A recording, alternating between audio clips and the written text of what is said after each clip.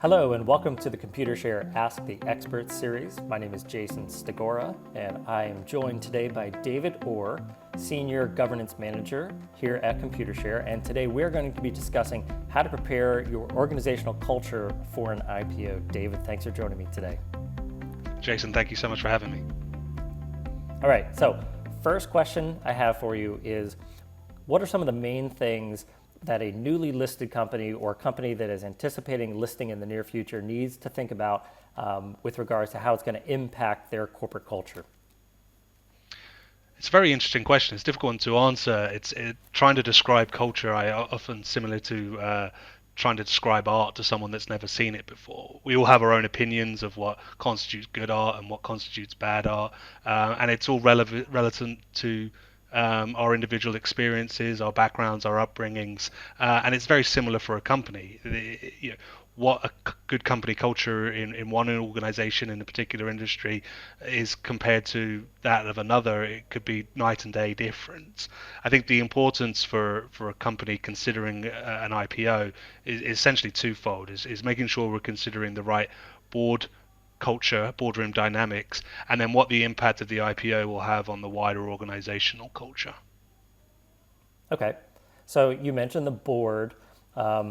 What should companies be thinking about as it pertains to the board and the skill sets, the dynamics of personalities and so forth when they're looking at board composition in an IPO world? Absolutely. I think, as you mentioned it there, we're talking around skill sets. It's very common for a new company to focus heavily on getting the right type of people in terms of their background, their knowledge, their experience, because a board needs to know that they've got the requisite knowledge to help the company succeed and guide the company. But that's the IQ aspect of it, and I think it's equally important to consider the EQ and the personality types that you have on the board. You don't want a room full of individuals that all think and act the same way because you risk group think. Equally, you don't want people that are overly dominant and people that are too shy or don't necessarily come through. People might have preconceived notions and ideas, their own personal beliefs that it can impact the board. Trying to get a harmony between all of those and trying to get a perfect balance is really a difficult thing to do, but it's really the ultimate goal. Okay. And then, so my final question for you has to do with governance. So what type of regulatory oversight or impacts or elevation of the importance of governance in overall, how is becoming a publicly listed company going to change the governance worldview within an organization? Well, it will. I think it's as simple as that. It will change the organization. Now, a lot of private companies have a good governance structure. They have a good governance framework.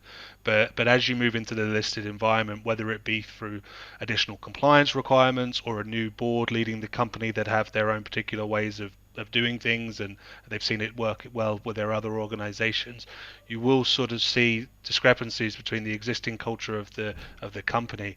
There's an interesting model called the iceberg model where you have sort of three levels and you only see a small aspect of it. That's the sort of the high level face of the organization, and that whether be if you work in retail, they have the same uniforms, or it's how the receptionist answers the phone, how their style guide in their presentation, and then you've got the middle level, which is sort of how consistently behaviors are driven and things like how decisions are made and the process around that, and then finally underneath you have your core values, your what you think is right, what you think is wrong as an organization.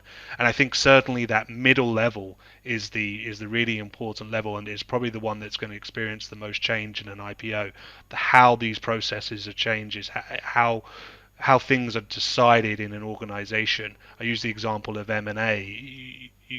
In a fast-paced private company, you're able to really act really quickly and move quickly because it's needed for a big merger or acquisition deal. When you get into an IPO process and you're now a listed company, when you've got things like market abuse and insider dealing, it's a much slower process, and there's matters reserved for the board and actions that need to be taken. So a company really needs to understand in its culture that there will be differences and there will be changes going forward. Well, thank you, David, for sharing your thoughts on this fascinating and obviously complex topic.